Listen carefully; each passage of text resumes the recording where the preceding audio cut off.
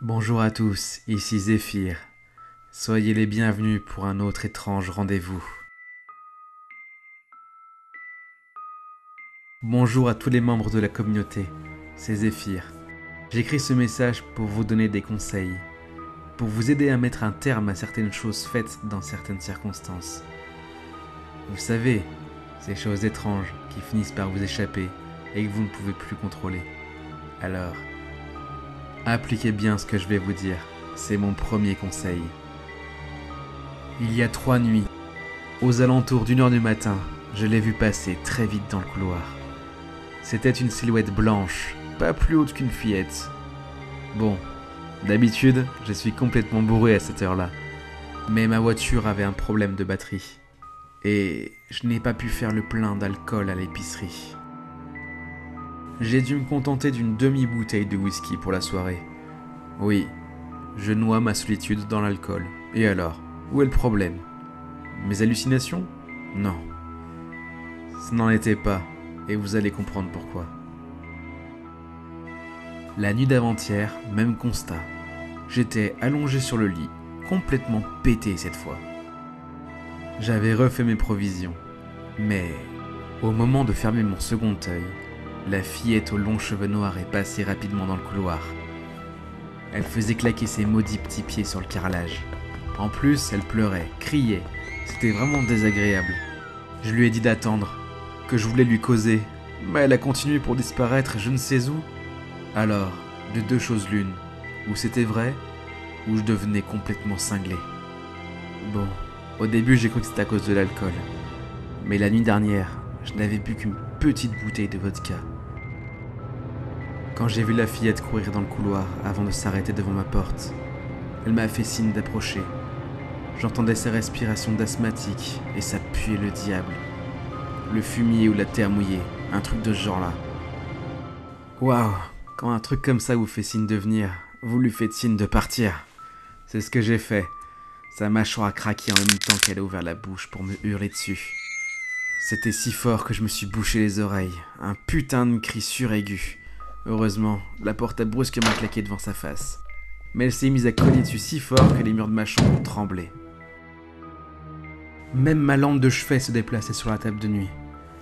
Puis, ça s'est arrêté d'un coup, comme si tout ça n'avait jamais existé.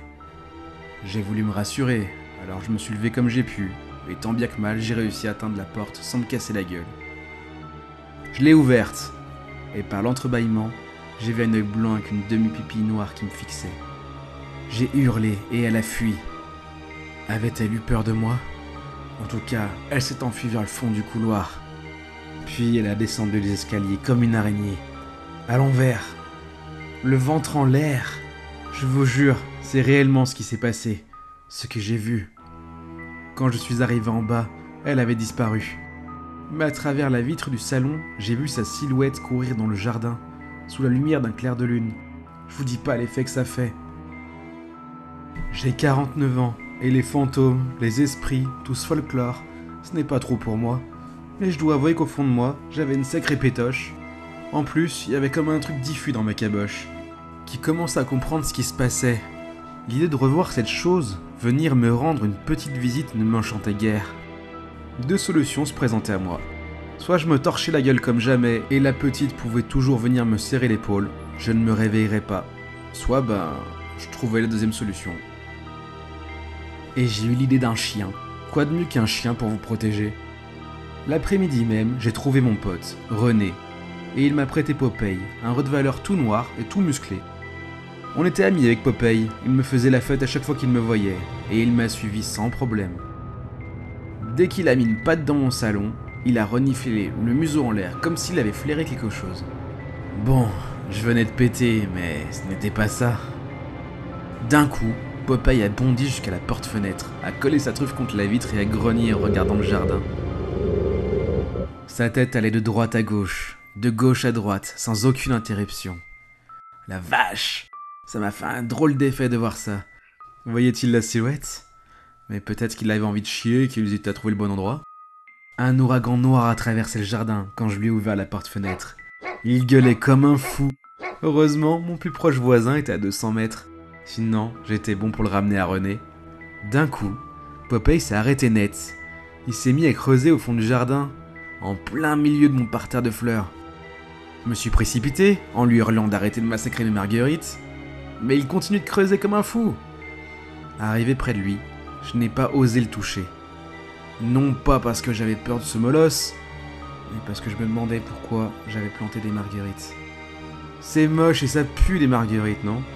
Pourquoi pas des roses ou des tulipes? Bizarre. En tout cas, je m'en souvenais absolument pas. Popeye a arrêté de creuser la terre, puis a jappé en regardant son trou. La vache! J'étais bon pour aller faire un tour à Jardiland.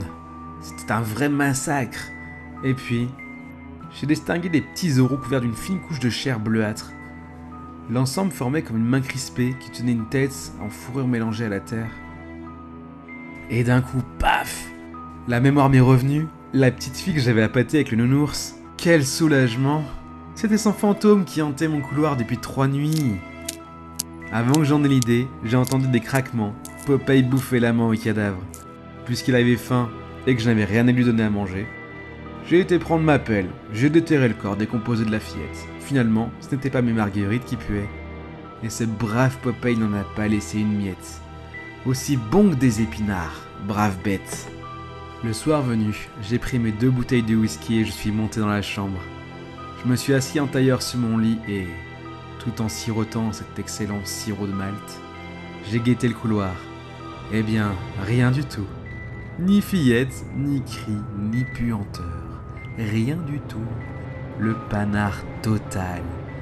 Putain, j'ai dormi comme un loir jusqu'à midi. Alors voilà mon conseil. Pour éviter les revenants et autres esprits des gens qui n'ont pas obéi à certains de vos ordres, achetez un chien. Et surtout, donnez-lui les restes de la personne pas sympa. Et d'un, vous ferez des économies de bouffe. Et de 2, vous dormirez tranquille. Bon, demain je passe à Jardiland pour acheter les marguerites. Puis, devant l'école primaire pour... C'est encore un bien étrange rendez-vous que nous venons de vivre. Si cela vous a plu, n'hésitez pas à me le faire savoir en commentaire. Vous pouvez bien sûr mettre un pouce. Non. Pour éviter les esprits farceurs, mettez un like plutôt. C'est bien les likes. Et surtout, abonnez-vous pour ne rien rater. A bientôt pour un autre étrange rendez-vous.